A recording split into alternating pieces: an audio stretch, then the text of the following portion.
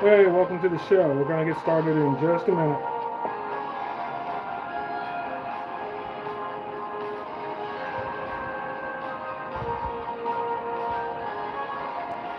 Ronald Gamer, how are you? Glad you're back.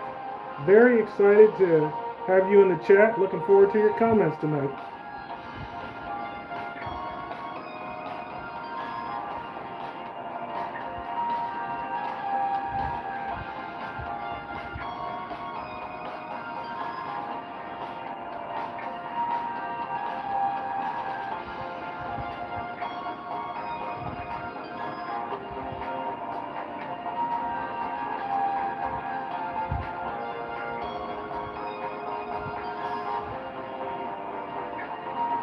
Getting all of my stuff set up here.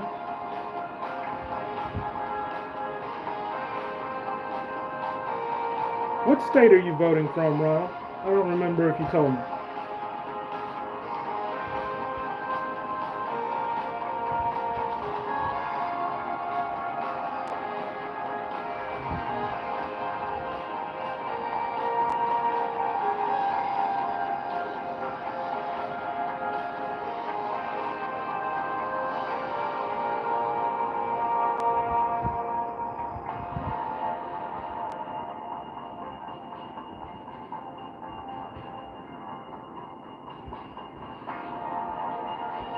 Everybody who's signing up, thanks for joining. We're going to get this show started in just a minute.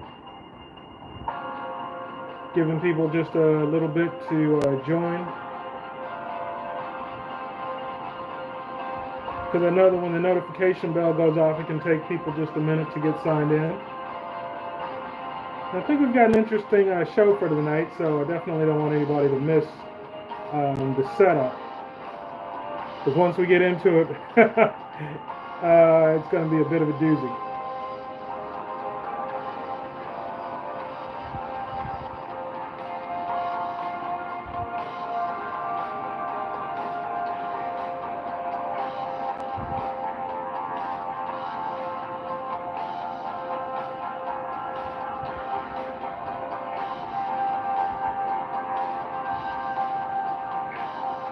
Thanks everybody who's joining. We're going to get the show started in just a minute. Actually, we're just about to get started.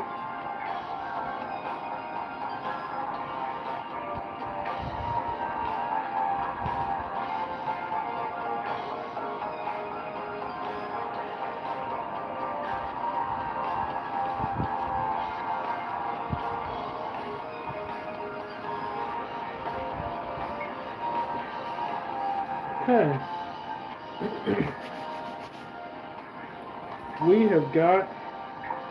We got the crowd online, so we're about to start the show.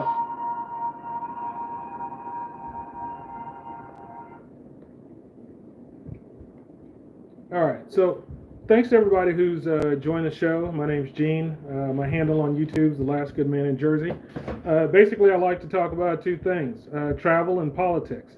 It's an election year, so I spend a lot more time talking about politics of late than normally, where I think it's more balanced. But yeah, there's a lot that's been going on. The upcoming election between Biden and Trump is, in my opinion, the hottest ticket of 2024. And I think that we've got a lot of interesting stuff coming up over the next couple of weeks.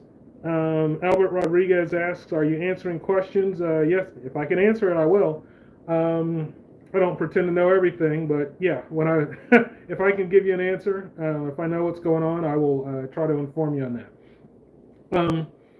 So there's a lot that's going to be going on, and let's face it, in just about 48 hours, Biden and Trump are going to square off in the Atlanta studios of CNN for the first debate. They've got two, and I think this first one's going to be really interesting. I think the dynamics for the first one and the second are going to look quite different because coming out of this first debate, I think there are going to be some strategy shifts since somebody's going to win and somebody's going to lose. And that's what I want to talk about tonight is who do you think is going to win the first debate? Um, Now we have Ryan the Destroyer who says, "Hey, buddy, quit talking about politics." Ryan, that's what my channel is all about. If you if you've watched any of my videos, then you're going to look and see quite a lot of content about politics. So you're going to have to really think about whether this is the right channel for you or not, because that's what I do. Mocha Chocolata, how you doing? Oh, and as I get started, click like, click subscribe, and click the notification bell so that when I do my pop-up lives, you'll be notified. I generally try to do pop-up lives on Tuesdays. Sometimes I can do pop-up lives other days of the week, but those are more sporadic. Mocha Chocolata asks, what's your take on the Russia versus U.S. conflict? Okay, so we're going to get into that. I wouldn't say there's a Russia-U.S. conflict right now, but we'll talk about, kind of the Russia-Ukraine war, the U.S. involvement, and what that means, mainly from a voting standpoint. A new sub. Thank you, Mocha Chocolata. I appreciate that. So we are going to be talking about the first debate, but just to kind of orient everybody. And Matthew Tunney says, say hi to Matthew and Shane at the mill.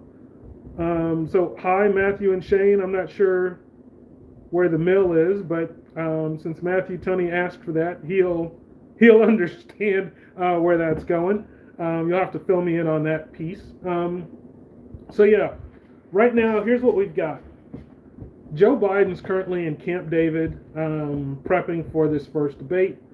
Donald Trump has been hitting the campaign trail and using that and the media's support of that as a means of generating some excitement around what he's going to be doing for this upcoming debate. This debate is going to be interesting because when you look at how debates normally work, normally debates don't have that much of an impact on elections. I mean, maybe a debate will get you a couple of voters here, a couple of voters there, but generally the debates are more just about awareness and making sure that your voters show up at the polls. This one's a little bit different because the 2024 election is really tight. I mean, razor thin tight.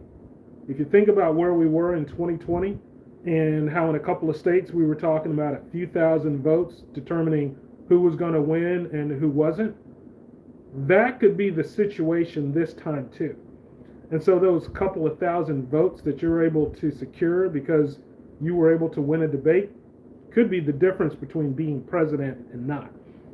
I think it's interesting that when you start to look at how Biden and Trump have been preparing for this debate, and you start to look at the ad campaigns that they've presented, it starts to give you some insight into what's going to happen.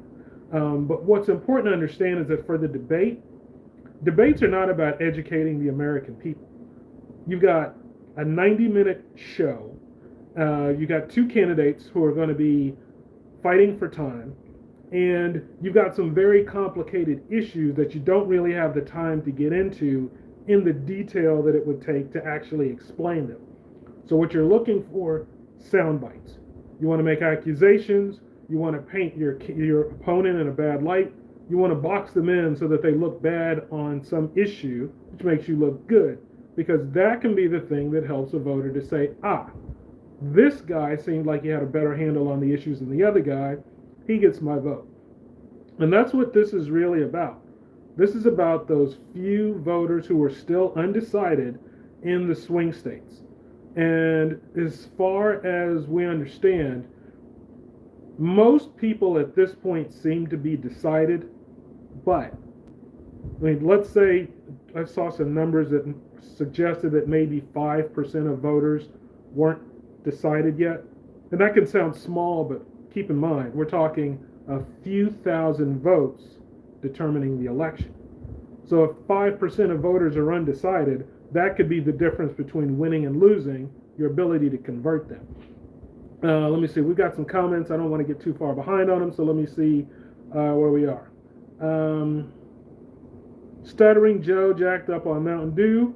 Who is that? Okay. Shih Tzu. We'll come back to that. Brandon died. Okay, I don't know. Hans Pryor, I'm not sure where you're going with that. Albert Rodriguez, did they drop all the charges for Trump? No, they did not. We're going to be talking about that. Drake Smith, Trump, Ryan the Destroyer. I don't know what you're doing, Ryan. Are you trolling or are you just having some fun? Because I'm definitely going to be talking about politics. That's the name of tonight's show. That's the name of most of my shows. Shih Tzu says something wrong with the debate with no people. Something wrong. Okay, so yes, and you're hitting on an important topic, which we'll kind of pivot to that because that's where we're going. This debate is different than the debates that we've seen before. Normally, you've got candidates, they've got mics, they're pitted against each other, there's a moderator, there's a crowd, and you can't mute the mics. So normally, the moderator has to do a really good job of managing the candidates and their personalities, because if somebody goes off on a rant and they want to keep talking, the moderator has to fight with them to regain control of the conversation. That doesn't happen this time. This time they can just hit a button, mute a mic. So it's technically very different. And these are the ground rules that Biden set for this debate. Biden very much wanted the debate to take this format. So we have to acknowledge Biden did this for a reason. He knows that this format is better for him than the crowd format. Now, it's not hard to figure out, but it is important to understand. Trump's strength is a crowd. Trump has been a celebrity most of his life. Now, he's the rich kid who ran beauty pageants, had shows, did all kinds of things. He's got Trump Towers. Trump has lived his life in front of a camera. I would say the only president who's probably had a similar amount of celebrity, or even close, is like Ronald Reagan. Because Ronald Reagan was an actor, so he knows kind of what it's like to be in front of the camera, but not to the extent that Trump has been in front of the camera. Trump gets his energy from the crowds. Trump excites the crowds. If the goal of your debate is to get the crowd energized about you, when there's a crowd, Trump wins that pretty easily. Take the crowd away, now Trump doesn't have that same ability to generate the excitement. See, this has gone from kind of a cheering session to almost like a classroom setting. And that favors Biden. Biden can come in with energy, but that's not who Biden is normally. See, Biden has created an environment with these new rules where he can just talk. He doesn't have to be overly energetic. He doesn't have to really read the crowd and try to get the engagement. And Trump, who normally wants the crowd engagement, who feeds on that, isn't going to have it. So this is very much debate one, going to be a focus on talking points and how you get your soundbite in, because you got 2 minutes to talk before the mic gets turned off. So Biden is sitting in Camp David right now prepping. And you better believe you can predict what some of the questions are. I have no doubt that he's sitting there and he's thinking through, how do I answer the economy in 2 minutes? How do I talk about immigration in 2 minutes? And get this, he's also going to try to figure out, how do I get Trump off kilter in that 2 minutes? Now, it's kind of funny because the candidate, if you look at the campaigns that they've been running, both candidates have run some newer campaigns, and it's important because I think they're kind of tipping their hands. I think that they've both made a couple of mistakes with their campaigns, because if I look at their campaigns, I can kind of tell what they're going to use to try to trap their opponent on debate one. Now, Biden's is very predictable. Biden is hitting on Trump as the convict. And then Biden, after he does, he hits on Trump as a convict in a couple of different ways. He talks about the number of felonies he's been convicted on. He talks about sexual misconduct. He talks about financial fraud. Those are the points Biden has made in his ad campaigns. And then once he talks about Trump as a convict, he pivots to the things that he's doing for America. Taxes for big corporations, things, and healthcare.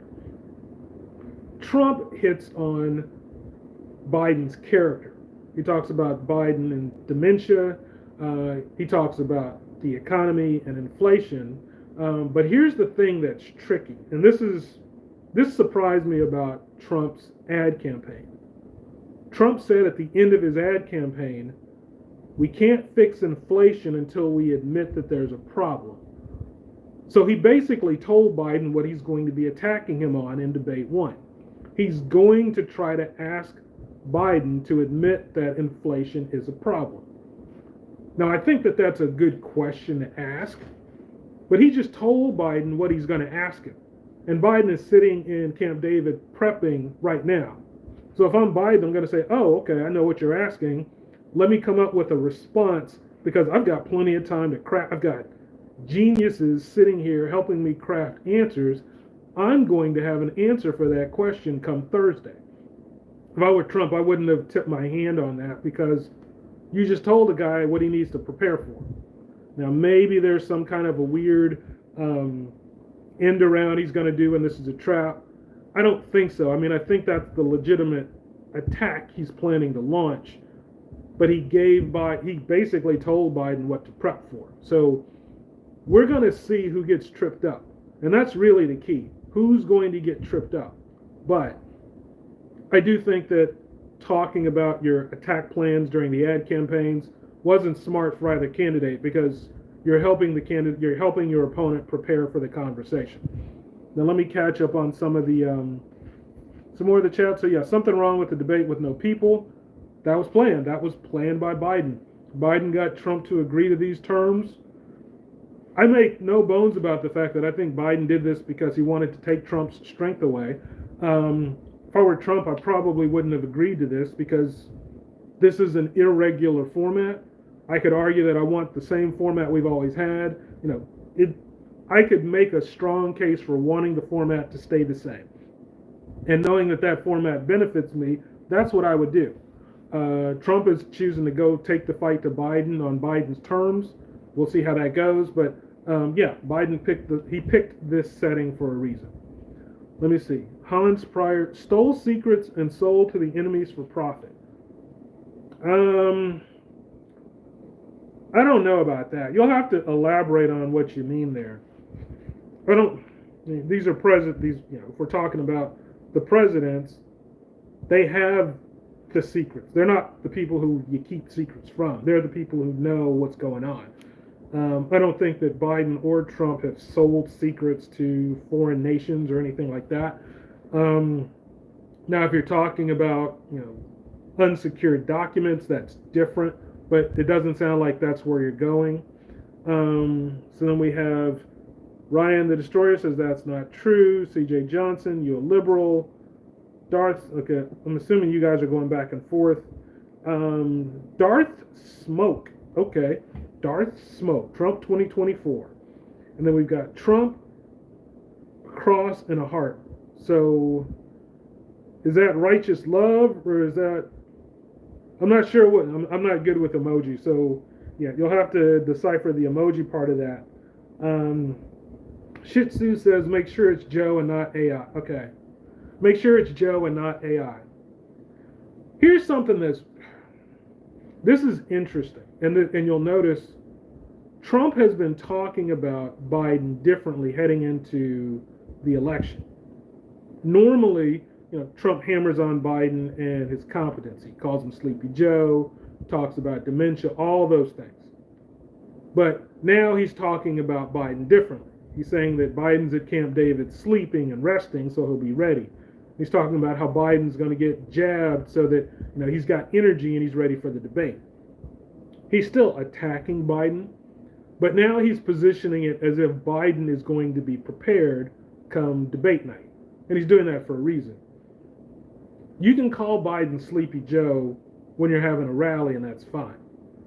You can't call Biden Sleepy Joe when you're having a debate with him if he's on fire and he's clearly got his wits about him.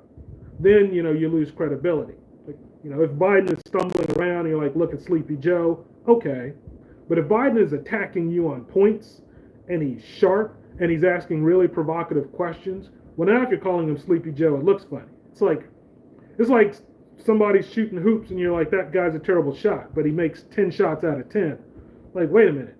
I can see with my own two eyes what's going on, and this guy knows what he's doing. If you're telling me that you don't think the guy can shoot hoops, well, now I'm questioning your judgment because I can see clearly with my own two eyes that that's not true. That's why Trump is kind of backing away from Sleepy Joe right now.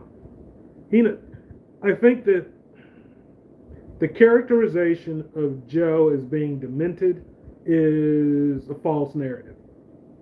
Sure, you can find some episodes. Joe's old. He's not he doesn't have the vigor that Biden does, and that shows at times. But when you look at Joe and he's sitting down and having a conversation, Joe's not confused. Joe's not lost.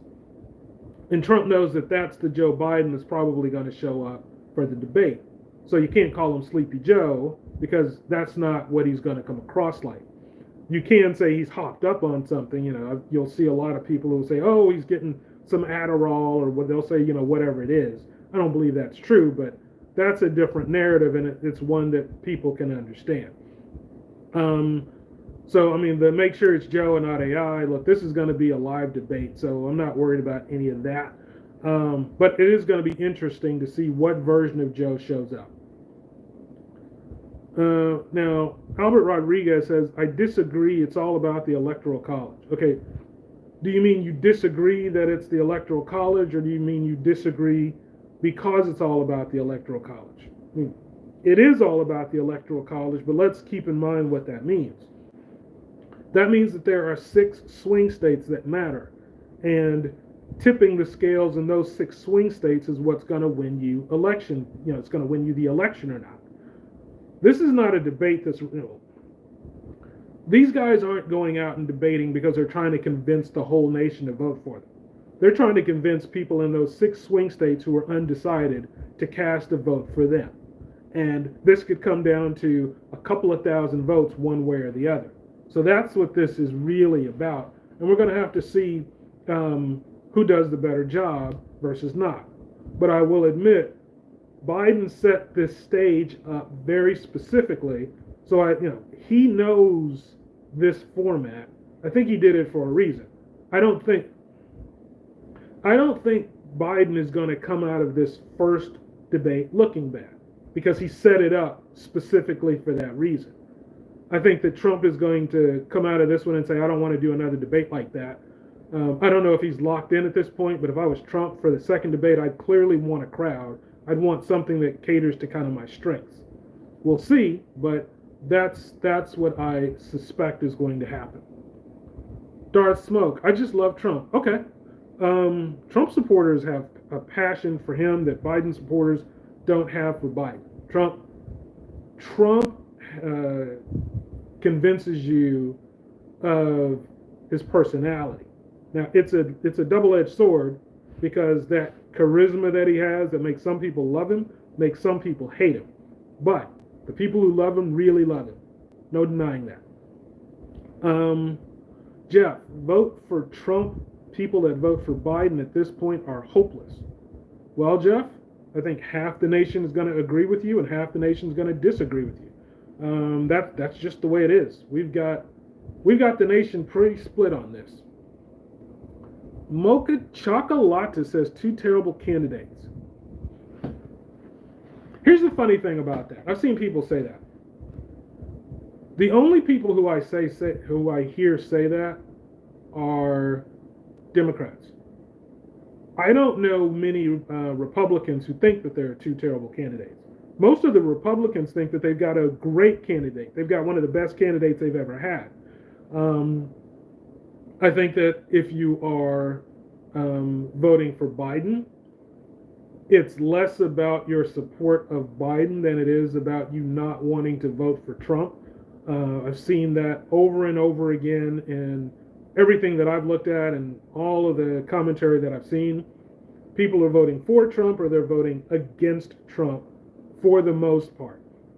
So I understand why some of the people who are voting for Biden feel like, hey, I don't see enough in Biden to feel like I'm voting for him, but I do see enough in Trump to feel like I don't want to vote for Trump. That's what I see happening with Biden supporters. But yeah, I don't see Trump supporters saying that they've got two terrible candidates. They seem to actually be really happy about where they are. Albert Rodriguez, politics is emotion, and Trump speaks the way I feel. I think there's an element to that. I think deep down, I think politics is just money. If you feel like financially you're in a better position with one guy than the other guy, that's who you're voting for. How they spin the narrative around the economy helps you to decide who you feel is better for you in your pocket. So yeah, I agree there's an emotional element to it, but it's emotion tied around your finances. Am I doing better financially under Trump or Biden? That's the question that I think most people are going to figure out when they're deciding who they're going to cast their vote for. Mocha Chocolata. Biden can barely remember who he is. I'm just saying. Again, that goes to a lot of people do the Biden dementia spin. And Trump, let's face it, Trump has done a great job of building that narrative. Sleepy Joe. Sleepy Joe is it's a funny depiction. I'm surprised he hasn't made t-shirts with that and all sorts of other stuff. He's got the Make America Great Again hats. He could do Sleepy Joe hats, and then people could come out and they could have even more gear. The narrative works for building this idea in people's minds about Joe Biden not having all of his marbles. But I would say take a look at Joe when he's sitting down and he's actually doing a one-on-one interview with somebody. The way he is in those one-on-ones is inconsistent with someone who has dementia. So there's the narrative, there's the reality. I don't think Joe is mentally enfeebled or anything like that. But I do understand why Trump is attacking him on that. And Joe Biden hasn't done much to really overcome the way he's being depicted. Wealthy Ways. Welcome, Wealthy Ways. We got Womp Womp. Alex James. I need... okay, we got some trolling. Albert Rodriguez. Biden cannot complete a sentence. Yeah, there's going to be a lot of that. Shih Tzu's doing more of the make sure it's Joe and not AI. Albert Rodriguez, and Trump can't stay on subject. So, yes and no. And we're going to go through, there's some things that we know they're going to be talking about, so we'll talk about that. Trump has very, very specific talking points. He talks about Biden's dementia. He talks about the economy. He talks about the borders. Those are like Trump's 3 talking points. Now, when you've got a crowd, it's great because you go to those 3 talking points and those get the crowd energized. Here's the problem. You can ask Trump about something else. You can ask Trump about veterans and what he's going to do to take care of them. And he's eventually going to try to steer the conversation back to those 3 talking points. If you've got a crowd, if you're doing a rally, that works because you're focusing on the things that the crowd wants to hear. But if you're in a one-on-one setting and someone asks you about veterans and you start going back to foreign affairs and the economy and immigration, well, then it can come across as if you're unfocused. That's the thing that I think Trump really has to focus on for this debate, is making sure that he actually sticks to the question that's being asked and answering that before he goes back to his talking points. You'll notice Biden's ad campaigns are hitting on Trump as a convicted felon. That's not by accident.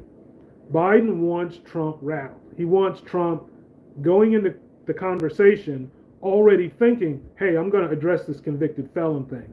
Hey, I'm not going to let them sit there and just call me a convicted felon without me responding. I'm going to defend myself on this. So then what happens?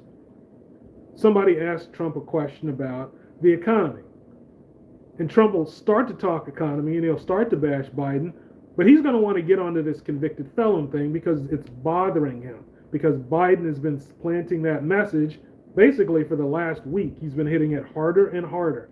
And I wouldn't be surprised if day before or moments before the like if in the commercials just before the interview, I wouldn't be surprised if Biden's Character Matters campaign comes on as a prelim. If I was Biden, I could do that. I would definitely pay for spot advertising to say, I want my ad about Character Matters to go on just before the debates. I want to make sure that's the last thing Trump sees before he goes on stage, so that it's sitting there in the back of his brain and it's bothering him and it distracts him from the questions. I think that's I think that's all by design. I think Trump can stay on subject, but I think it's going to be very hard when he's got 2 minutes and when you've got something that is eating at him that he's trying to figure out how to work into his conversations. I mean, let's keep in mind, Biden is in Camp David preparing for the debate. Trump is campaigning. And I don't think that campaigning is necessarily a misstep, but somebody in Trump's camp needs to kind of sit him down and say, look, they're going to be hammering you about your conviction. And that's not the thing that you want to focus on during these 90 minutes of questions. We have to make sure you hit on some very specific things. If I'm his PR, that's what I'm trying to do, is say, let's not let this conviction distract you. But he's not practicing, so I don't know if he's doing that behind the scenes or if he's just not worried about it. He's just going to go in there and he's going to let his charisma try to carry him. I would, though, if I were in the Trump camp and close to him, I would really try to sit him down and say, look, they're going to hammer you on conviction. Don't take the bait. Because that's Biden's trap. Trump's trap is this whole inflation thing. I think Biden's trap is easier to set. It's already been set. Trump's trap is going to be a little bit tricky because Biden's got a week to prepare for it. So it's going to be hard. Let me see. Neither Shih Tzu, personal hits won't make a difference.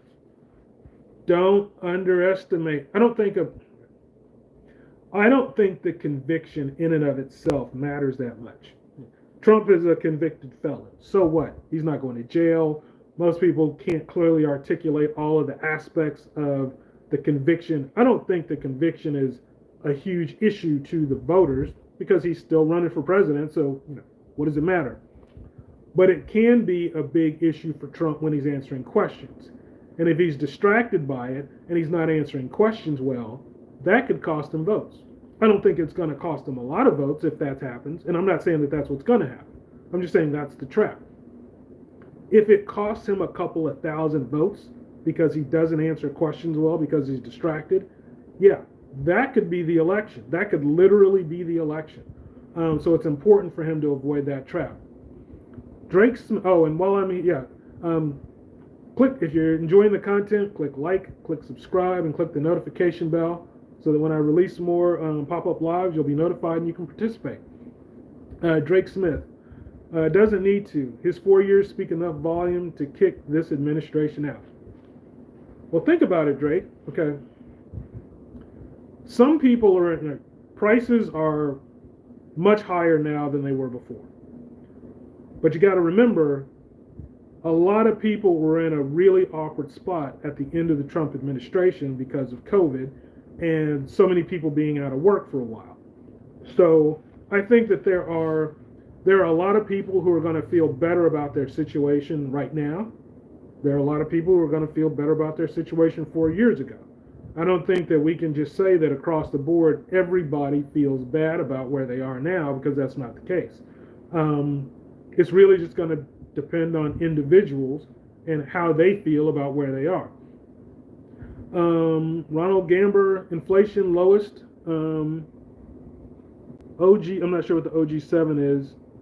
Inflation is tricky. The problem with inflation is that's a national thing. And when we're talking about the economy, it's all about an individual.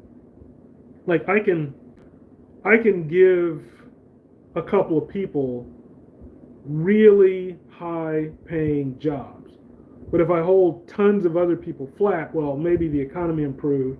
But when I'm looking at voters, most voters don't actually see a personal impact. And that's the thing. How many individuals feel like they're in a better situation today than they did before? That's what's going to decide how a lot of people vote. Let's see. This time is out in force in the.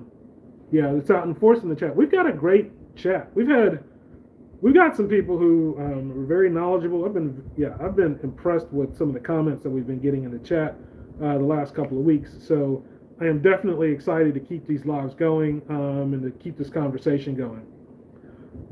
Andrew, I'm not good with what is that, Polish? Siski? Probably mispronounced that, so let me know. I know how Trump can beat Joe in the first 7 seconds. Okay, Andrew, let me know what you're thinking there because I'm curious. Coco Jambo 23. Why don't Republicans give up on Trump? It's clear by now that he will lose. So, see, that's the funny thing. There are Republicans in the chat who will say, it's over, Trump's going to win. There are Democrats in the chat who will say it's over, Biden's going to win. This is a very, very close election. And it's funny, I don't put too much weight in the polls, but it is interesting to watch the trends. The polls keep showing that the race is close. Sometimes they say Biden's going to win, sometimes they say Trump's going to win. Sometimes you got different polls saying and the different polls are saying the different candidates are going to win on the same day. I think it's that close. I do think that aspect of the polls is legitimate. We're going to have to see who does the better job in the next few months because the election is going to come down to that. Let me see. They both cry bullies. They're both cry bullies. I think you meant cry babies. Cry bullies is kind of a funny term. I think Trump is going to push on immigration. I agree, but let's think about this. If Trump pushes on immigration, Biden has an answer to that. Look at what Biden has done in the last couple of weeks. He's kind of looked at the things Trump's going to attack him on, and he's made some shifts. Biden recently closed the borders. He didn't close the borders for a while, but recently he closed them because the influx was too much. So if Trump attacks him on immigration, Biden is going to say the borders are closed now, and the reason that we haven't done more is because you've been blocking some of the work that I want to do to limit immigration. If I'm Biden, that's what I'm going to do there. If Biden hadn't closed the borders, or if Trump wasn't trying to kind of save the immigration crisis as something that he can win, that he can solve, Biden would be in a weaker position. And I do think that Trump can easily attack him by saying, look, you suddenly did this because a debate's coming up. You're going to open the borders back up. He can attack him, but it's not quite the same attack when the borders have been closed as if they're just wide open. Chicken lover. Trump 2024. Sleepy Joe has got to go. Okay. Mace Windu, Trump 2028. Well, you can only get 2 terms, so yeah, I'm all for 2 terms of presidency. Whether he wins or loses this race, I think this is Trump's last race. If he loses, then he'll be 81, and I think it's a hard sell. And I'm not saying he's going to lose. I'm just saying if he loses, that'll be 2 elections that he would have lost. And so I don't think that he's going to have the same support from the GOP if he's a candidate in 2028 as he has now. Andrew says, "Hey Joe, have you found Jackie yet?" Okay, I'm not going to touch that.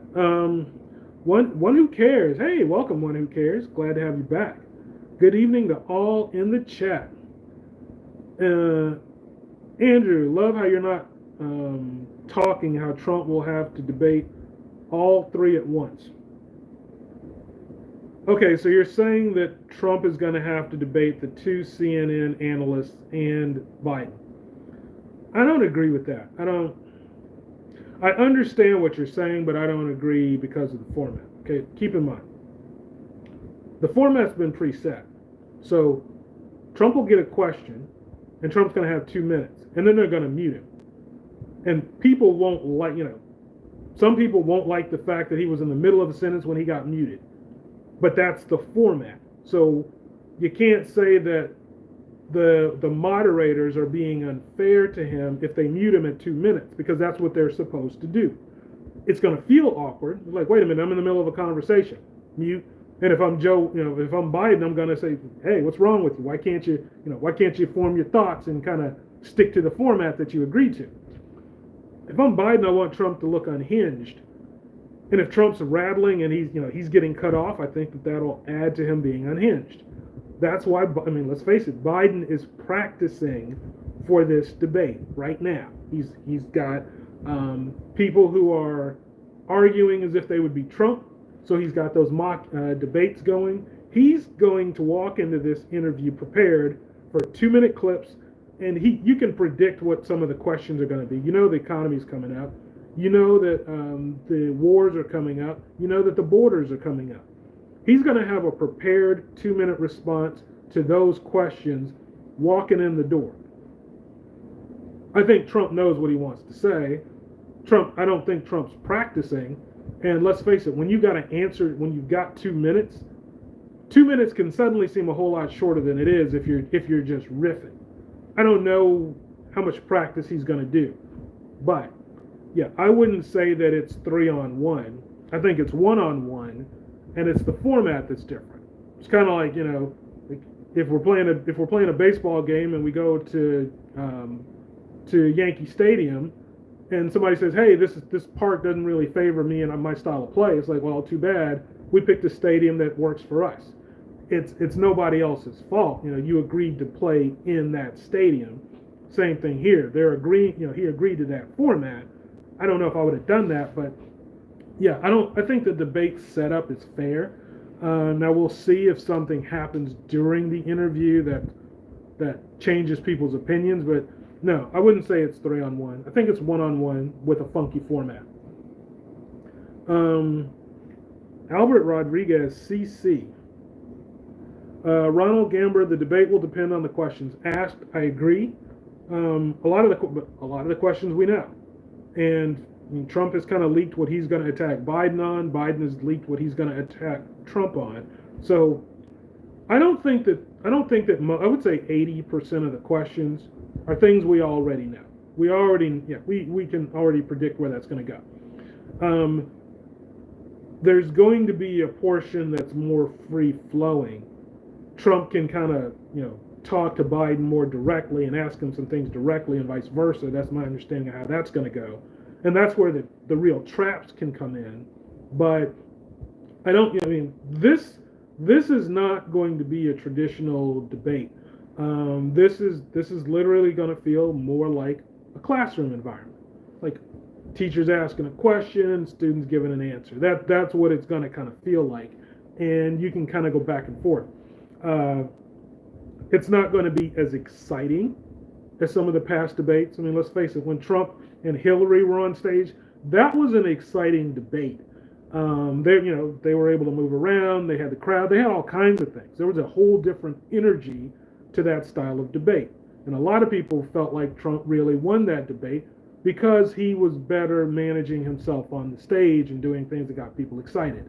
This isn't going to be that at all. None of that's going to be there. It's you sitting in an office, you sitting in a booth with a microphone and just kind of talking. That's going to be a better format for Biden than Trump, because Biden, look at Biden in the Howard Stern interview. This is going to be kind of like that. Biden did really well in that Howard Stern interview. He kind of knew how to approach it. Howard Stern wasn't, really going to hit him with any hard questions. That's what this is going to look like, and that's how Biden's going to come across. Albert Rodriguez, Diaper Joe. Andrew, dude, your head is pointy. I get that I get the pointy head every week. Somebody needs to come up with something interesting on that, because it's always just, your head is pointy. Albert Rodriguez, Andrew, be nice. But he does have that Bert and Ernie. I'm assuming you mean Bert from Ernie. Yeah, Bert. Okay, Bert and Ernie. Bert and Ernie look? Okay. Old school Sesame Street. Drake Smith. The guy gets drugged up, or else he says, I got my butt wiped. The man is clearly losing it.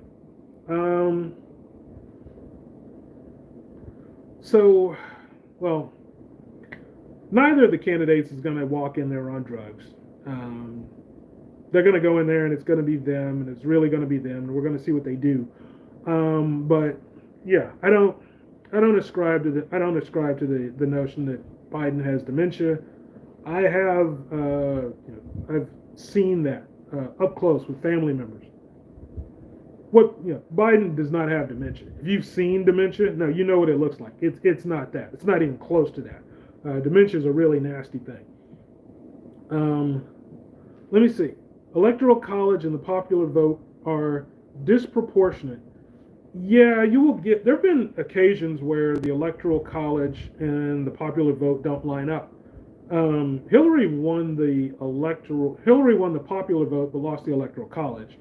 There are a couple of instances that you can go back through where someone won the popular vote, but not the electoral college. So yeah, they don't always line up. More often than not, they do.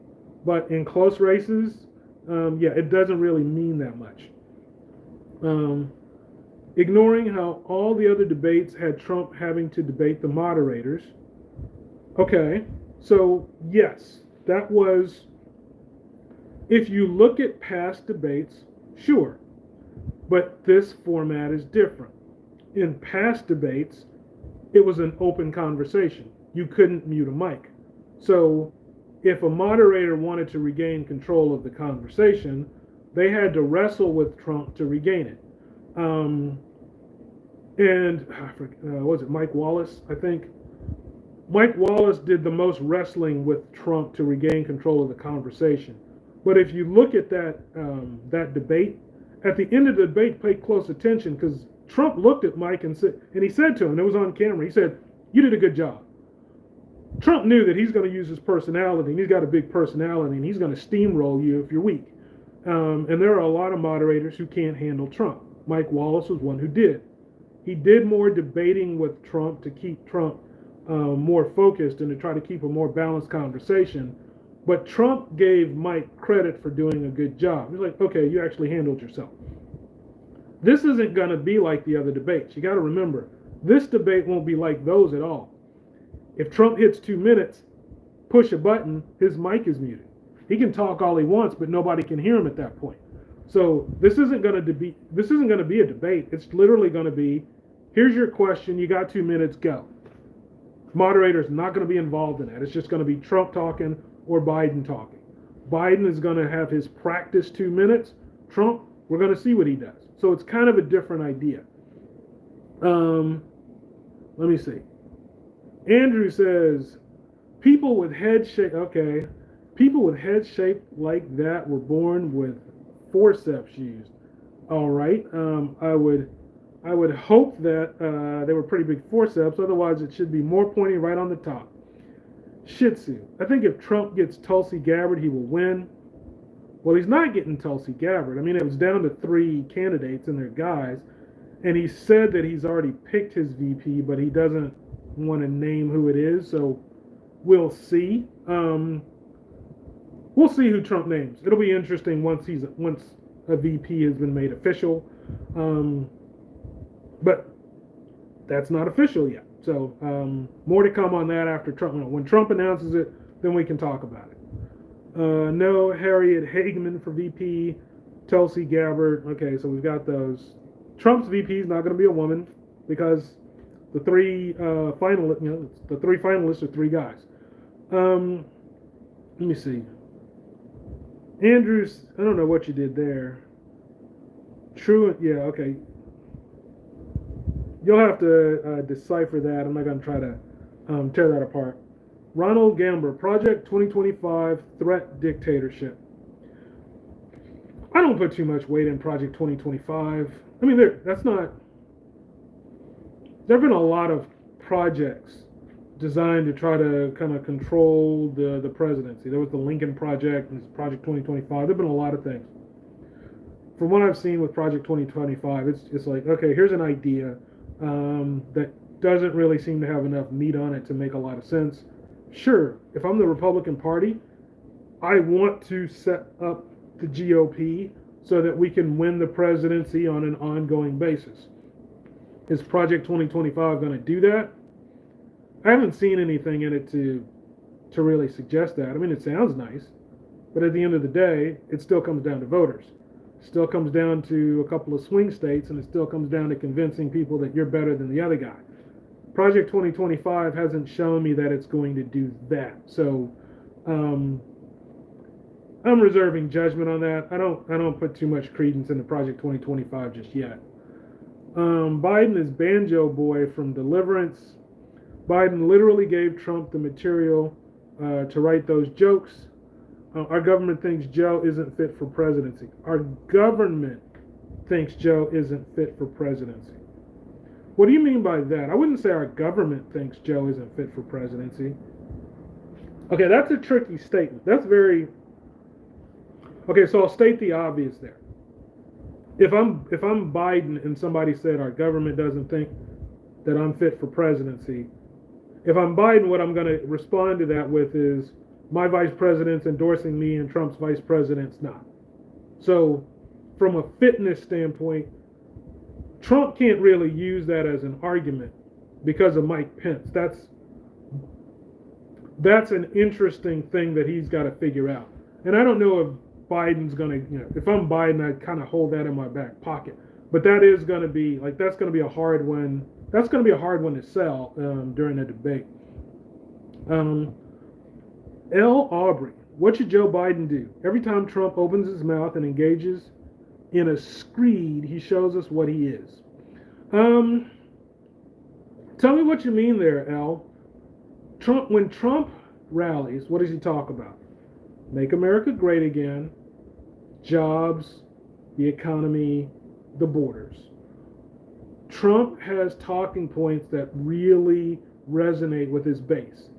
And if you look at Trump, let's face it, Trump had a rally in Wildwood, New Jersey. He had a massive showing. People were saying that he had 100,000 voters there. 100,000 people there. I don't know if it was 100,000, but I saw some aerial photos, and the rally was enormous. He generates excitement. Is it enough to win voters? He had a rally in New Jersey. And New Jersey's a blue state. So, was that a valuable rally? You could debate that because he's not going to win New Jersey. But did he show that he can generate a crowd and that people support him? Yeah, he absolutely did that.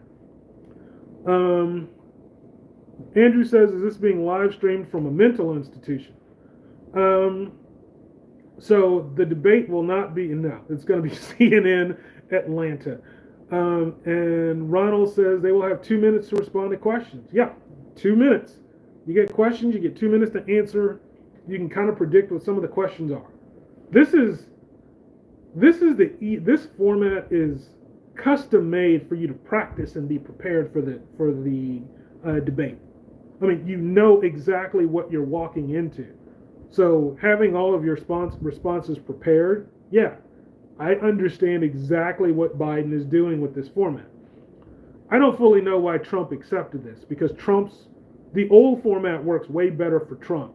The new format works way better for Biden. So if I'm Trump, I want the old format because, I want an easy win on the debate. But Trump feels confident that he can beat Biden in this format, so we're going to have to see. Dragon Tamer 795. Have you ever tried Cornelius Husk?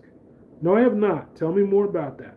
Oh, and while we're here, click like, click subscribe, and click the notification bell so that when new pop-up lives happen, you'll be notified and you can participate. Faxentoka. I'm not sure what that is. Hello, Stain. God's word. For I am your father, your creator. Okay, for I am here now. Okay, this is a political show. I'm just gonna call you Fax or Phoenix. Says, huh? Dragon Tamers. Bro looks like a Malteser. Okay. Try nutritional yeast. Boo. Blood has a shirt. Has a shirt. I'm not okay. I don't know where you're going with your comments. Um, Mac Dudes 85. They had to break all kinds of rules to get those felonies. Okay, so the felony conviction. If you all right, there are 34 items, 34 different things he got convicted for. But if you look at them, a lot of those are just like ledger things. Like, oh, you kind of made this ledger entry and it was wrong. Oh, you kind of did this thing and it was wrong. Technically, he broke one rule. Technically, the rule he broke was voter fraud. He was trying to misrepresent himself to voters. That's what the issue is. Trump sleeping with Stormy Daniels, that's not a crime. Trump wanting her to keep quiet about it and tossing her some money, that's not a crime either. I mean, you could argue the morality of it, but it's not a crime. Trump paying her funds from his company and misrepresenting what those funds are, that's a crime. That's kind of a misdemeanor. It's because he's running for federal office that this became elevated. And that's the piece that I'm still confused about, because it's kind of like a federal crime, but it wasn't prosecuted by the feds. They passed on it. It was prosecuted by New York. And I don't fully understand why New York prosecuted this instead. And if they're saying, well, this is a state issue, well, what does that mean for all the other states? I mean, it happened in New York, but it gets weird, and I don't understand the nuance of that aspect of it. Like, why did New York take this on? Why did just New York take this on when the feds didn't? That's the piece that I would like to hear explained, and that's the piece that actually I think they deserve to explain to America. But Trump's conviction it's not a voter issue. Not really. Most people don't seem to care, because what's the impact of it? You can call him a convicted criminal, but so what? He's not going to jail. He doesn't have to drop out of the running. So, it's just like, oh, you got a scarlet letter on your chest, but you're wearing a shirt so nobody can see it. We just know it's there. Doesn't really have an impact. Dragon Tamer, God bless America. Hey, I'm with you there, brother. Nice wall. Thanks. I'm in a different setting. Normally I'm up against this door to my patio, but I'm trying something different. Okay, we got God's word. I'm just gonna move on. This is a political show. Dragon Tamer. Bro went live before GTA 6.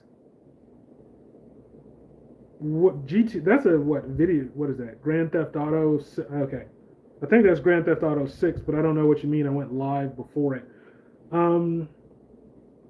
Andrew, Joe Tato start out saying "make my day" and ends up saying okay. Character matters for whom? Biden. Angel West. Yeah, so that is Biden's latest ad campaign, which gives insight into what Biden's going to do to set traps for Trump. He talks about how character matters, and in that ad, he very specifically hits on. He calls Trump a felon, talks about 34 felonies, talks about sexual misconduct, and talks about fraudulent business dealings.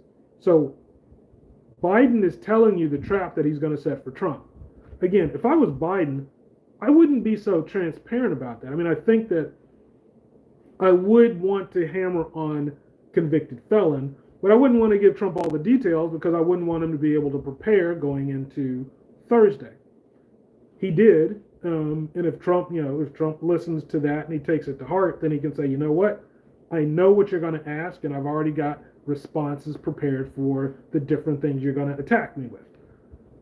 But we have to see. We have to see how that goes. There's no guarantee on that. Problem is, ads only in swing states. Yeah, so the ads you're going to spend most of your money in the swing states. I was in Las Vegas once when Nevada was a swing state, and I was watching I forgot what was it. I was watching some draft. We were all out there, me and some buddies are in Vegas, and we're watching the draft in this huge gambling, this basically a movie theater. It was political ad after political ad after political ad. It was insane. because I thought I'd never see this many political ads in New Jersey. New Jersey wasn't a swing state, so nobody cared. Those ads in the swing states are going to be hammering people. But this is going to be must-watch TV, the debate. So if I'm Biden, if I'm Trump, I want my ad to air just before the debate starts. You can literally buy spot advertising. I know I've done that more than a few times in my career. So you can say, I want to buy ads that are placed just before the start of the debate. So when people are tuning in and they're doing all of their preamble, boom, here comes your ad, and you get all of your talking points, character matters, just before the debate starts. That's what I would do if I was Trump. That's what I would do if I was Biden. And that one will get seen by the whole nation. Swing states are the ones that matter the most, but that's, there's an impact there. Okay, I went bald before GTA. What is GTA? Is that Grand Theft Auto 6? I'm not sure what you mean by GTA 6. Dragon Tamer 795, the last good man in Jersey. Who are you voting for? Yep, good question. So I always cover this. I cover this at least once in every show because it's important. So, and I always lead with the same thing because I want to make sure people understand how I approach. I vote on one issue and one issue only, and that's my economic situation, which is impacted by foreign contracts. One of the things I do is I bid on foreign contracts when they come through. I haven't won one, but if I win a foreign contract, it's like a 3-year contract, and that can change my life. Now, I know that Biden is going to have a lot more foreign contracts coming through than Trump will, because I've seen how many contracts came through in Biden. I saw how many came through in Trump. Trump has contracts, but his aren't foreign. His are domestic. His are things like veterans and the post office, and they're valuable. I mean, the things that he's doing are absolutely valuable, but they're not things that I can bid on advantageously. If I bid on a U.S. contract, my price is like everybody else's. I can't offer you any real discount. I'm the same. Foreign contracts, I can offer you discounts because I can take cheap flights, stay in cheap hotels. I can do all sorts of things to give you the best price. So unless Trump changes his position on the foreign contracts, then I'd vote Biden, because Biden's going to potentially give me more money. If Trump changes his position, that's a whole different thing.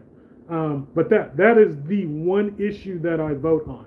And someone asked last week, because I was talking about foreign contracts, and they said, so does that mean you want war? No, that's not what it means at all. Foreign contracts are things like saying, hey, I want to know if we're winning hearts and minds in the Philippines. We've got tourism out there. I want to know how safe it is for people to travel to Manila or Cebu or Mindanao. You need researchers to go in and do that kind of stuff. And the federal government likes to use U.S.-based companies to do that work. I know how to do that work. So when I see those types of contracts, I bid on them. And if anybody runs a small business, I would strongly encourage you to look at there's a federal business contracting website. I have to look. I have it like saved. Go to like sam.gov or fedbiz.gov. There's like $5 billion worth of federal contracting that just comes out every single year, and they're looking for American businesses to give that work to. So, as an aside, something to think about. Dragon Tamer, vote for me. That's not going to happen, buddy.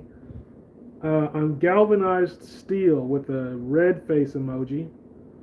Andrew, Pimpin' Skillet here hasn't said anything about games the Trump-hating moderators will be playing. Okay, Andrew, so here's my question for you. What games do you think the moderators are going to play? That is the question I would like to hear you answer, because I don't think the moderators are going to play any games. I think the moderators are going to give Trump 2 minutes, and I think the moderators are going to give Biden 2 minutes. And it's literally going to be, here's the question, you got 2 minutes, let's answer it, and at 2 minutes I'm muting your mic.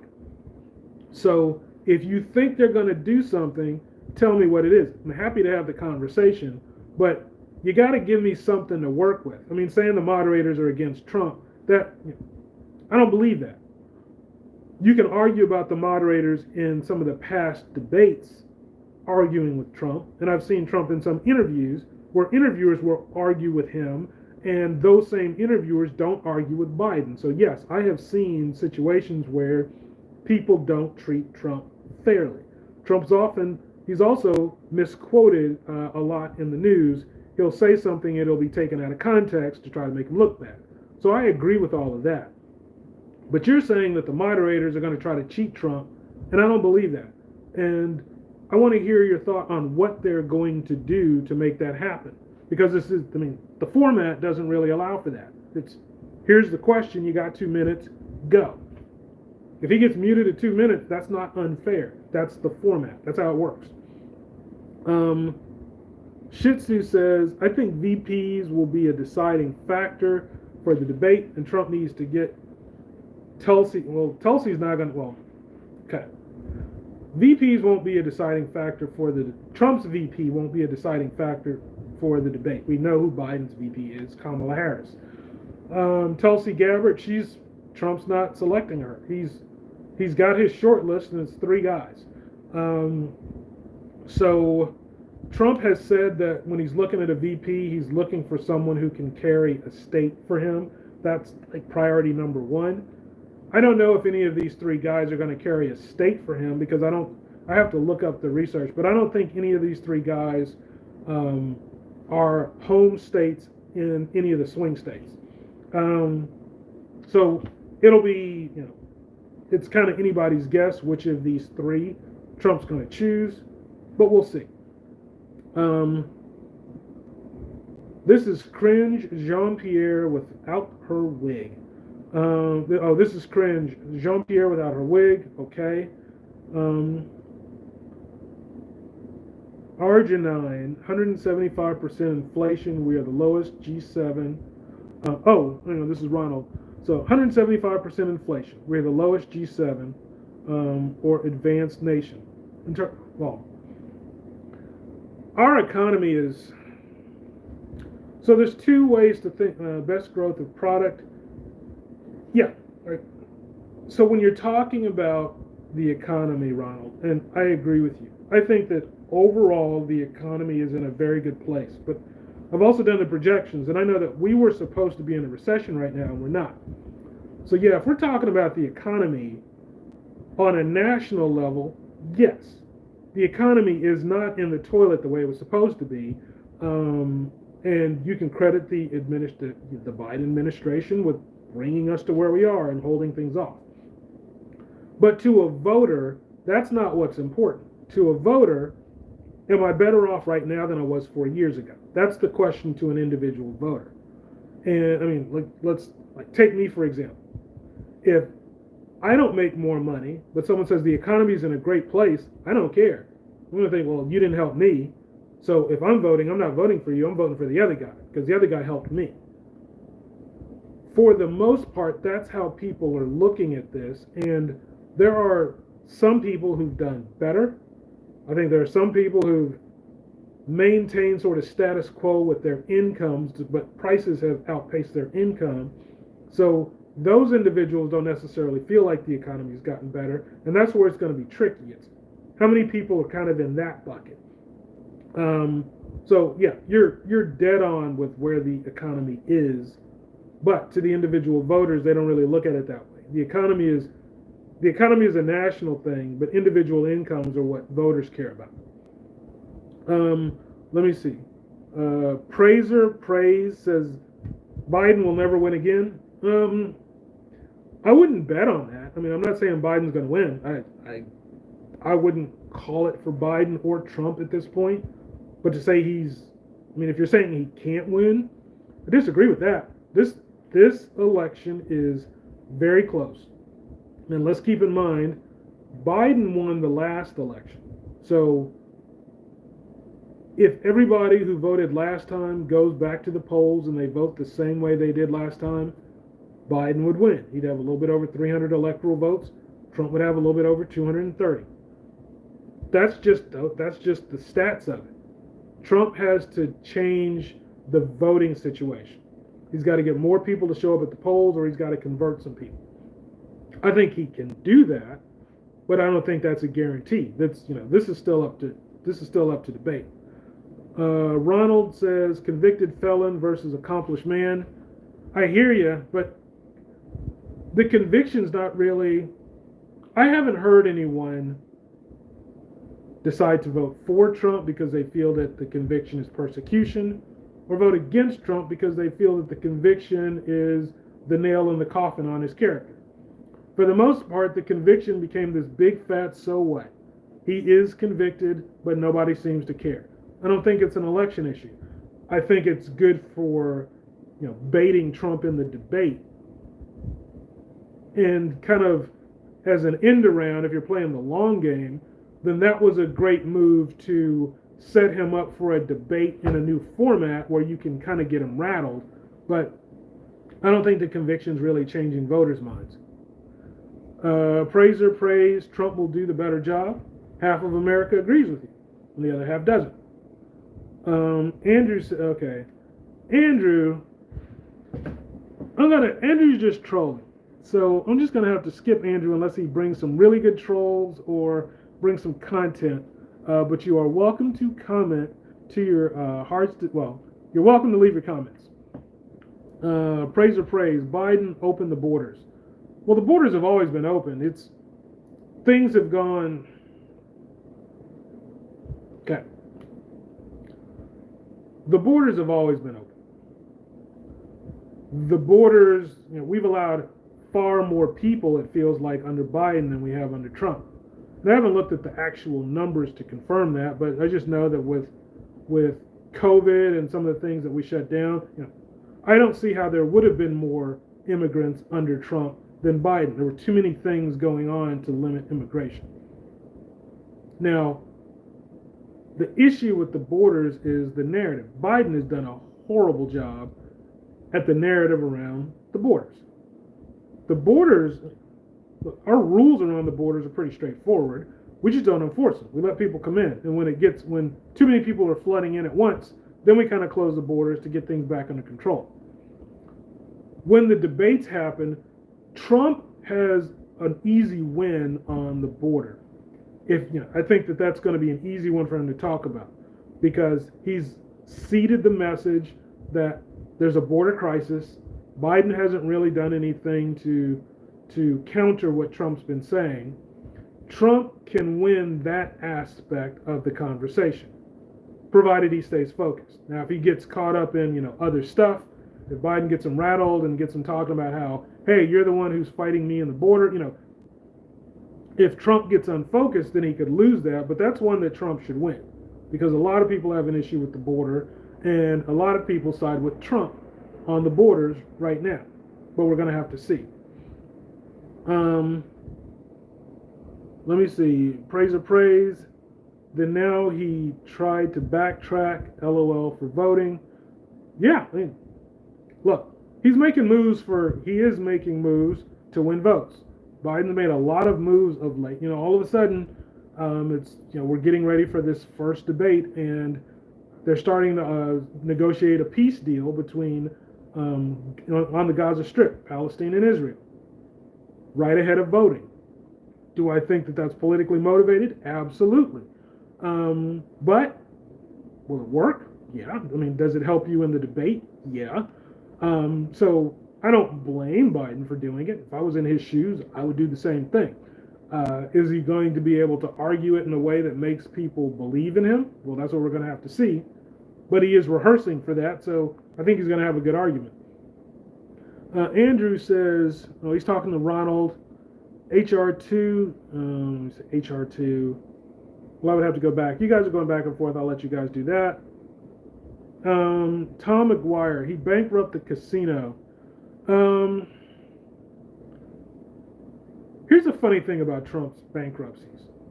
Right, Trump, I don't know how many he's had. He's had a lot. He's famous for his bankruptcies. I used to think that Trump had bad business dealings because of all the bankruptcies. And as a kid, because he's had bankruptcies since I was a kid. And I would wonder, how is this guy still rich? How is this guy still doing what he's doing when he always seems to be going bankrupt? Then I just learned Trump kind of wraps up a lot of his debt into businesses that go bankrupt. and then he gets out of having to pay the debt. So he's actually very savvy with, like tax law and how to basically, how do I borrow a lot of money and then not pay all of it back? And he uses bankruptcies to do that. When I saw how he was doing it, I thought, oh, he's using bankruptcies advantageously. I didn't realize that. That's actually, it's kind of unscrupulous, but at the same time, it's also clever. So, like, okay, it's a little devious, but he's a billionaire and I'm not. So, if he's figured out a way to grow his assets, I can't really argue with him for it. That doesn't sit well with me, but I don't have his money. So, I can't fault him for running his business the way he does because he's clearly more successful than I am. I got to leave him to that. Ronald says, we win democracy versus Project 2025. Yeah, I don't think Project 2025 is going to do anything. It's a great soundbite, but I don't put much stock in it. Tom McGuire, he bankrupts his own university. Yeah, but you got to ask the question: how much money did Trump make on Trump University? Don't look at the university and its bankrupt situation on its own. Follow the money and ask the question: was Trump University profitable for Trump or not? I haven't looked at the math on that, but I would imagine that was probably profitable for him. Tom McGuire, he doesn't like soldiers that get captured, insults John McCain and every military person who served. Yep, Trump is going to have to. He'll have to deal with that. That's an easy thing for Biden to attack. That's a good counterpunch. If I'm Biden, I'm not going to lead with that. But if Trump opens a door and he talks about, the military or anything like that, sure. If I'm Biden, I'm going to follow up and say, hey, you're the one who made this statement. So how do you reconcile your support for the military with this statement about how you don't like soldiers who get captured? If I'm Biden, sure, I'm going to say that. Chat makes more sense than this cherry picker. Explain what you mean there. Carl Ambler, Trump 2024. Andrew says, spoiler, Jimmy Carter reads eulogy. Okay. Ronald, if they accept election results. Okay. I guess here's the question. All right. Who thinks, let me not say it that way, who thinks that the 2020 election was rigged? There are people who believe that the 2020 election was rigged. I go back and forth. I've made my position on that quite clear. I do not believe that 2020 was rigged. Chris Krebs was the head of cybersecurity for the 2020 election. He's a lifelong Republican. He voted for Trump twice. It was his job to make sure that everything went according to plan, that there was no mischief. Chris Krebs ran all the tests to make sure that everything worked correctly. And when Chris Krebs was done with his analysis on the 2020 election, he made the statement that it was the most secure election in history. He didn't leave any room for doubt. That kind of sealed the deal for me. If somebody's got evidence that 2020 was rigged, I'm all for it. I've heard accusations. I haven't seen anybody bring evidence, not real evidence. There's 2,000 mules, but you look at it and you're like, well, wait a minute. The guy who wrote this book did a lot of retractions. Every time you look at someone's evidence, it never holds up to like a basic test, just like a sniff test. Is this legit evidence or not? So if somebody wants to say it's rigged, I get it. If a president tells you it's rigged and you believe him, I can't blame you for that. But I haven't seen the evidence of that.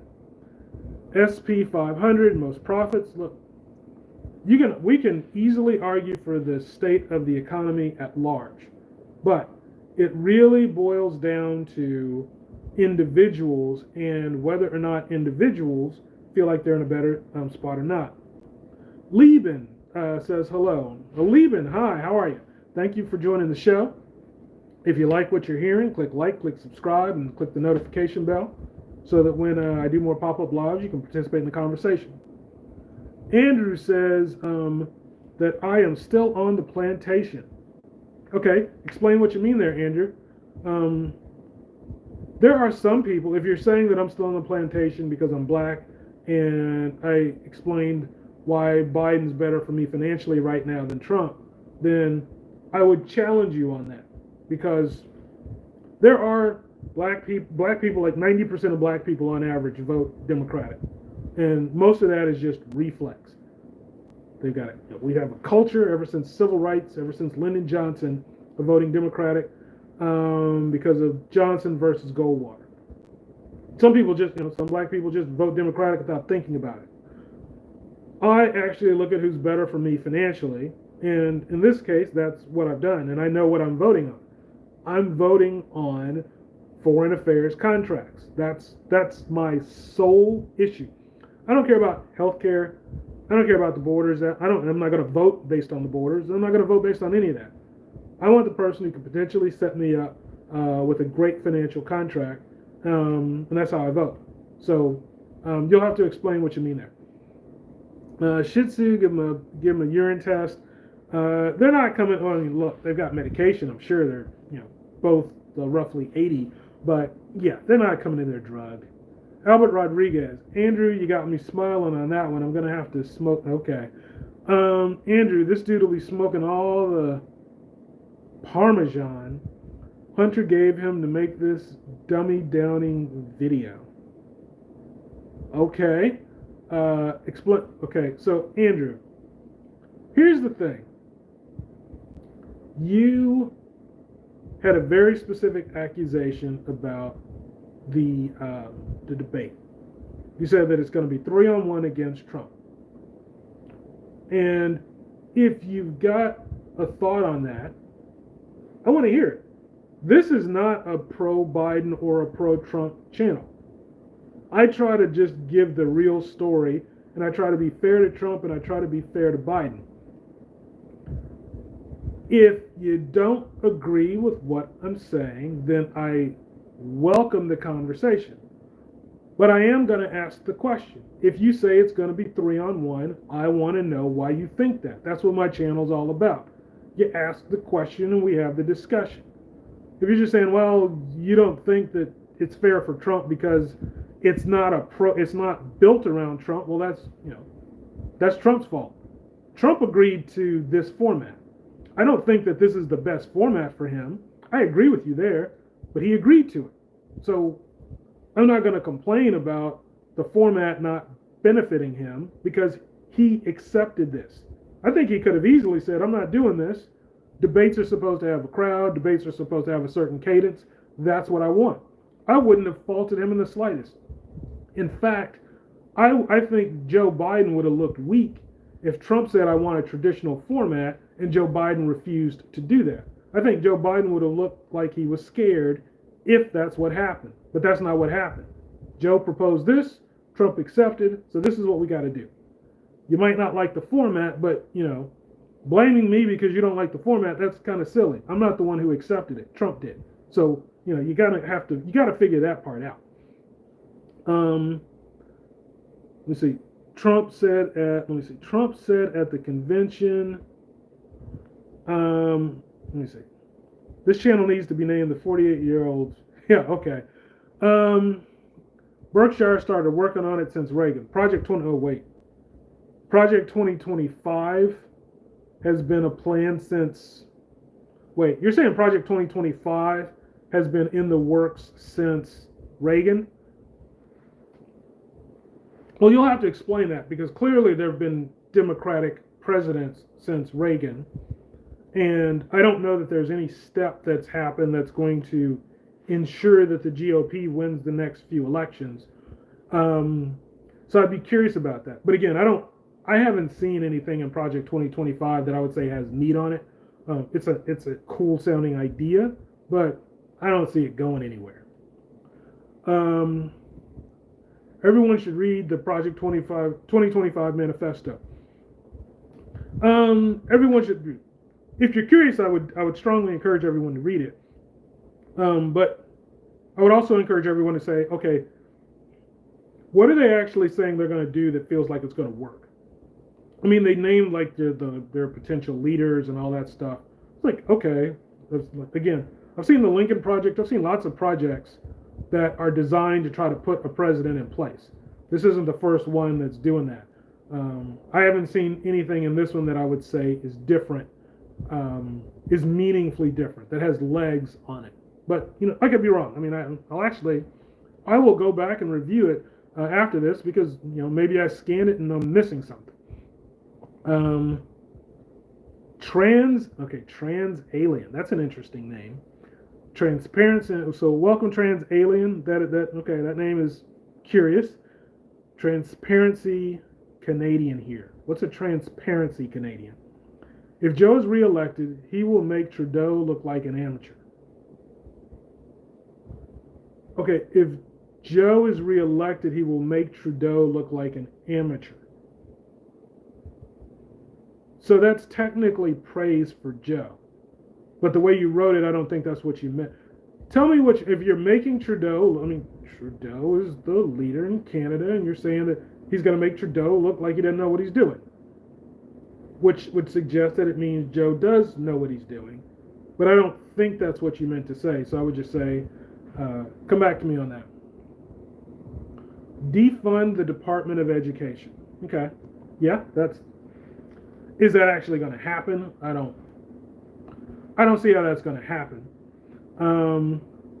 Andrew, dude, it's time for your medication. Andrew's just here to troll. Okay. Trans, what about the statute of limitations? Statute of limitations on what? All statutes of limitations ran out on all of that too. Not defrauding voters. That's a different thing. Ronald, 34 felonies possible, 4 years each to run concurrently, plus up to 30 days for each gag violation. True, but I don't think Trump's going to do any time. And from what I understand, the way they had set it up, they capped it at max 20 years for everything all in if he went to jail. I don't think he's going to jail at all. And even if he did, there's precedent that it would only be 3 months. His sentencing is going to be coming up in a couple of weeks, or his potential sentencing. So we'll see. But yeah, I would be stunned if Trump does a day in jail over that. Andrew, like it, brother. Andrew, Hillary got her Comey, Sussman had his Durham, and Joe got his her. Okay. But he is just an old man with a poor mind. Biden is not a dummy. I say this about people who say that Trump is a dummy don't understand Trump. Trump is brilliant like a fox. People who think Biden is a dummy don't understand Biden. Biden is a smart guy. Biden's an old guy. He doesn't have the vigor that Trump has, but Biden is not. Neither of these guys are idiots. They've got different styles. They've got different strengths. Neither of them is a knucklehead. Okay, so now we got Andrew just doing his troll. Ronald Gamber, CNN, ABC, CBS all have live coverage. Yeah, it's the presidential debate. This is going to be the hottest ticket item there is. Everybody's going to be showing this live. I'm going to do that as a live stream, and I'm going to have that running so we can just, so if people want to tune in on Thursday, the live stream's running, and we can just do open commentary so that we can react real time to what's being said, because it's also going to be available online. Andrew and reparations. Well, okay, Andrew. So I don't know who you are. You got like this, I'm assuming it's a Polish last name. So I'm assuming you're not black. So I don't know why you're talking about reparations. Are you saying that because you think I care about reparations? Newsflash for you. I was born in Germany. I moved to America when I was like 2. But yeah, the reparations conversation is no more relevant to me than it is to you. Shih Tzu, Donna Brazil gave Hillary answers to questions during the debate. So what makes you think they won't do it with Biden? Okay, so you are right. Hillary was trying to cheat. Here's the difference between that and this.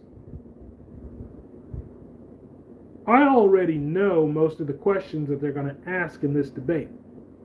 Biden doesn't need anybody to force feed him the questions. I mean, everybody can kind of predict the economy, the war, the borders. Maybe they'll get into this whole, mentally unfit thing, but I don't think that's going to come up because I think he's going to show himself as being focused and prepared, and it'll be a non-issue. We know that those questions are coming up. We also know because of Trump's ad that he's going to hit Biden with inflation. Biden doesn't need anybody to feed him the questions. He knows what the questions are. I would imagine 80% of the questions he's going to be asked, he already knows. When Hillary and Trump had a debate, that was different. They had like this panel of regular Americans. Now I don't know how they were vetted and set up and all of that, but these people were supposed to be presenting like the questions from just everyday Americans. That's not going to be part of this debate. So Hillary was trying to cheat and get some insight into what was happening there, and she got exposed. Two entirely different situations.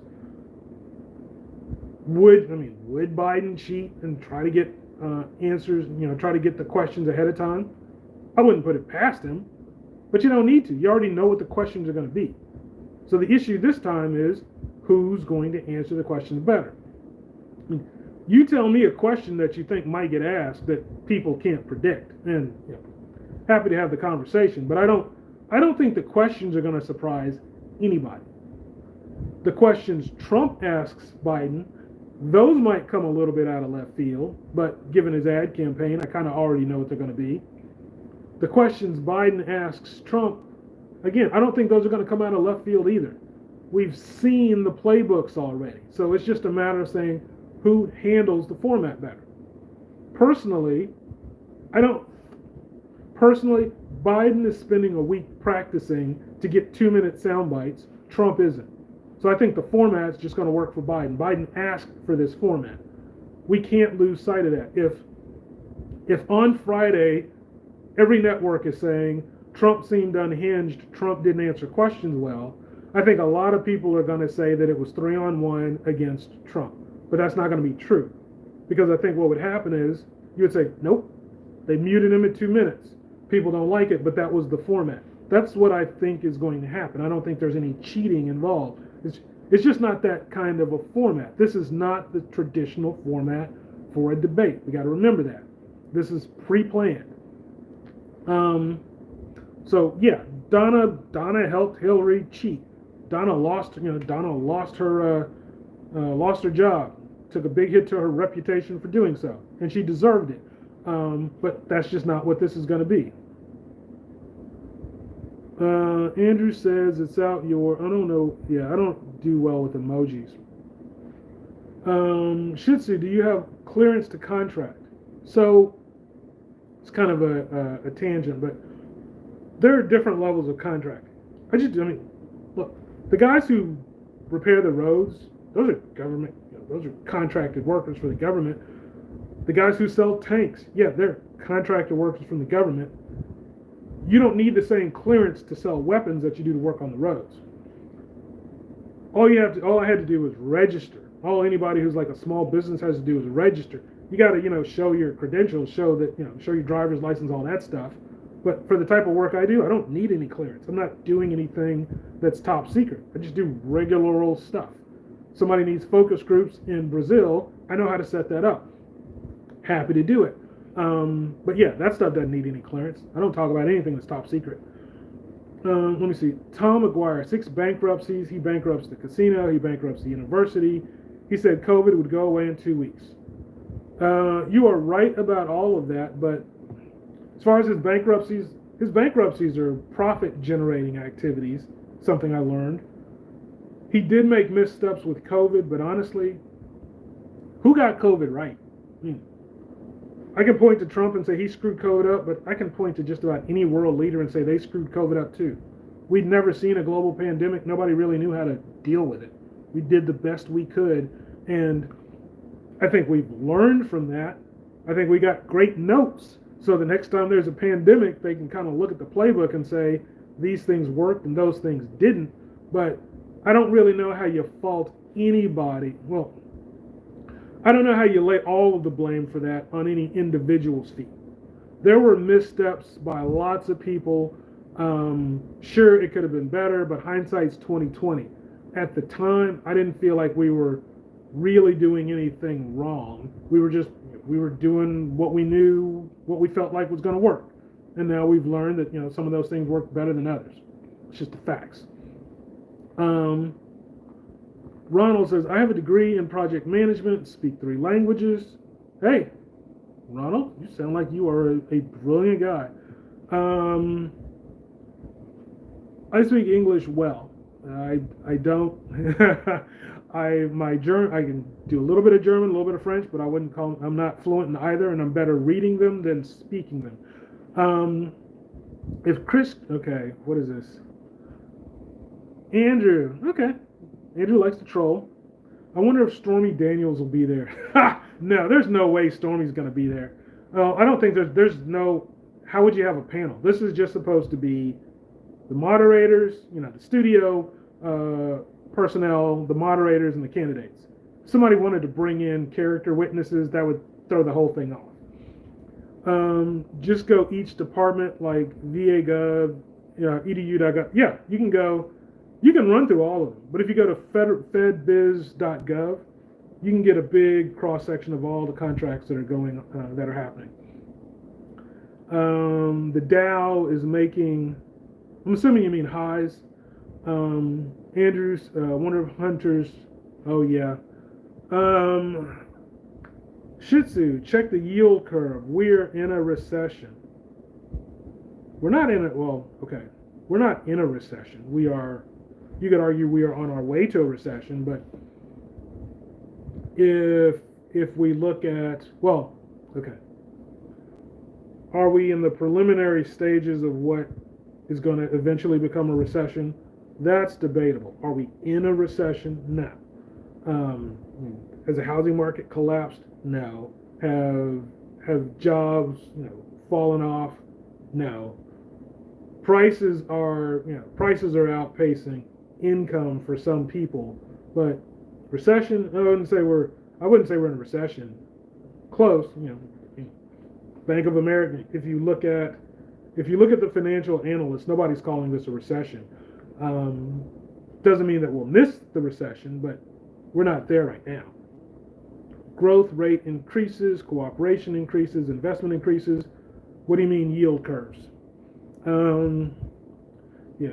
Tom McGuire, he bankrupts the, okay, you keep going back to he bankrupted the casinos and a university. He took money out of his charity. Look, you can question his business dealings. But yeah, that's kind of a different thing. Ronald Gamber, he plans to pardon all January 6th. I want to see, okay, there's Project 2025, and then there's what actually happens.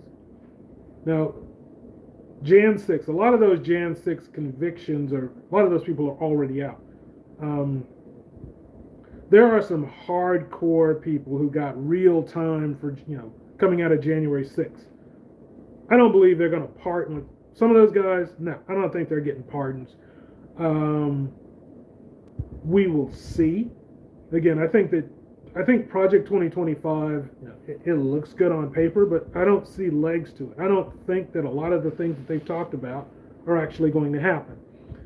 You pardon all of the January 6th, that means you're letting out like some hate group leaders. You're letting out some really bad people who did some really bad things. Not just people who walked around and, maybe stole a pen holder or something like that. No, you're letting out people who hurt people. I don't think that they're coming out. I don't know how you'd make that work. Now, you could say, he knows he can't get reelected, so he can do what he wants. Some things will just make your 4 years miserable. That's one that would do that. So I don't see that happening. Joe twice said Bo died in Iraq, and not once was asked why he lied. I haven't heard Joe say Bo died in Iraq. I mean, he died because of things that happened in Iraq. I didn't hear him say that. I'm not saying he, I mean, I'd have to hear that in context if he said that. If he's saying he died because of stuff that happened in Iraq, that's not a lie. I mean, he got basically brain cancer because of some stuff he was exposed to in Iraq. Those were Joe's words. Extra Ketchup says you're not. I don't know what you mean there. Welcome, Extra Ketchup. A CC. I think you've been here before, so welcome back. I remember Chappelle. I remember Chappelle talking about that bankruptcy thing Trump does. Yeah, I didn't hear Chappelle's talking points on it, but Trump uses bankruptcies to make profits. I'm not going to fault him for it. She was 12, I was 30. 47 says 100% rigged. Hillary says 2016 was rigged. Okay, maybe she does. I haven't heard her say that. Shame on her if she's saying that, but I've never heard her say that 2016 was rigged. She facilitated the peaceful transition of power. So she acknowledged that Trump won the election. She did that publicly. That's pretty much all I need is you're acknowledging this guy won and that this guy's going to be president. You'd have to explain to me where you're going with that. Shih Tzu, we had, there was, let me see, what is this? There was evidence, but it was destroyed in Nashville, Tennessee okay. Yeah. There's always this weird, there's evidence of mischief with the elections, but nobody has it in their hands. Somebody's got to put the evidence, somebody's got to show the evidence. Like, why is it there's no evidence that people can see? Let me tell you something about the election and evidence. Okay, I want everybody to pay attention to this. If 2020 was rigged and Trump had data to prove that it was rigged, Trump would win 2024. Done deal. Biden couldn't win 2024. Trump's pitch for 2024 would be really simple. Biden cheated.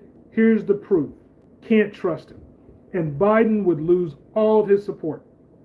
If there was hard evidence that 2020 was rigged, that would be a guaranteed election victory for Trump. So if there's this evidence and it exists and it existed and somebody had their hands on it, why doesn't Trump have it? Why isn't Trump using it? Because Trump would absolutely be president in November if he had that. It's that simple. Evidence means Trump wins. Lack of evidence just means that, people are believing something that nobody seems to be able to substantiate. I don't believe that 2020 was rigged. I haven't seen the data. And clearly Trump hasn't either, because if he did, he'd be using it to win 2024. It's that simple. So I just want to see that. Andrew says, okay, Andrew just continues on. Andrew uses a lot of kind of racist terms here. Okay, if you're trying to trigger me, that's not going to work. But you are. I'm not going to tell you how to think or feel. But do try to mind the hate speech. Andrew, New Jersey dude here voting for Joe because Hunter showed him how to deduct gas and mileage used cruising for. Okay. Eddie the Eagle has landed. Welcome, Eddie. You got some emojis? I don't do well, that's a salute. Yeah, you love America. That one I get. And Eddie the Eagle, Biden's brains are cheese. Okay. And TF 9008. Okay, we have more trolling. 47, Trump challenged Biden to take a drug test. I wouldn't put that past Trump. Trump uses colorful antics. But if you challenge somebody to take a drug test, they're going to expect you to do the same. So that would be interesting, but it wouldn't be useful. Andrew's continuing to troll, so I'm just going to skip past Andrew. Eddie the Eagle, no tax on tips. Let's go. how many people is that really going to benefit? I mean, I don't care about that. I don't work in the service industry, so that's not gonna win my vote. Um, Trump won't spend 1 second in prison. I have zero faith he'll receive justice. Todd MS41. Okay, help me out here, Todd. Trump won't spend 1 second in prison. I agree with that. I don't think Trump will spend 1 second in prison. But then I have zero faith he'll receive justice. So I don't, right? If he, oh wait, you think he should go to prison? Okay, I misunderstood what you were saying. You think he should go to prison, but you don't have any faith that he will. He's not going to prison. I don't know that he should go to prison. I mean, I do think that this conviction is politically motivated. If you look at the track record, just look at the track record. This is not something that people typically go to prison for. It's kind of a convoluted set of circumstances they use to pull this thing together, which is part of the reason why the feds rejected it and why I don't think he's going to go to jail. But yes, he is convicted. He's probably not going to jail, and he is going to be running for the presidency. Okay, 47's going over to Twitch. Andrew's still trolling. Ryan the Destroyer is back.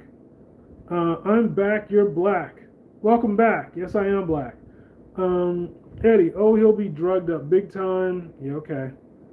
No Eddie, no fear. No Eddie, no fear. Okay, we got a lot of trolling coming through now. Two types of people, Ross B and those who catch fish. Let me see. Is this all the trolls? Let me see. We got a lot of trolling. What happened? Well, we got late in the night, so the trolls are showing up. Let me see. Deleted account. Scam likely. Okay, wait. Scam likely. So that's a guy from the DL Saint. Okay, so I don't know why you show up as deleted account.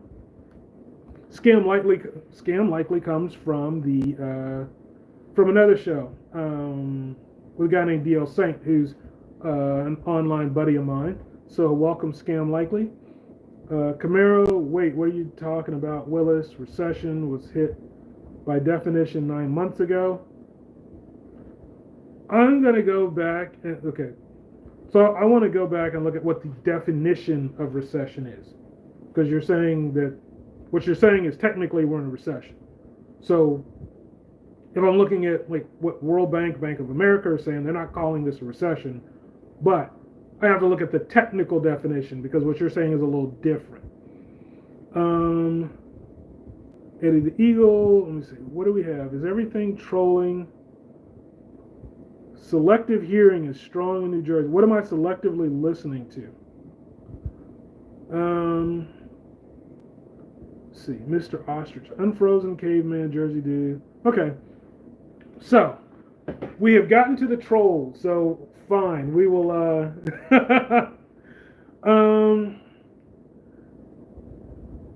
So I will have to go back and take a look. 9 months ago, two consecutive. Well, I'm going to look at our GDP and see where we are. And then I'll come back. I haven't studied that. I haven't been focused on that. But we'll see. So, yeah, we've got an election coming up in 48 hours. And it's going to be interesting. And the format is going to be much different than what we've seen in the past. So we're going to see how this format works and whether Biden or Trump comes out of this looking better. I do think that this debate matters because there are a couple of thousand votes potentially separating Biden from Trump in key swing states, and that's going to be what determines who's president. And this debate is going to precede some early mail-in balloting. It could be the difference between whether Trump or Biden wins the election. My name is Gene. I'm the last good man in Jersey, and I am signing out.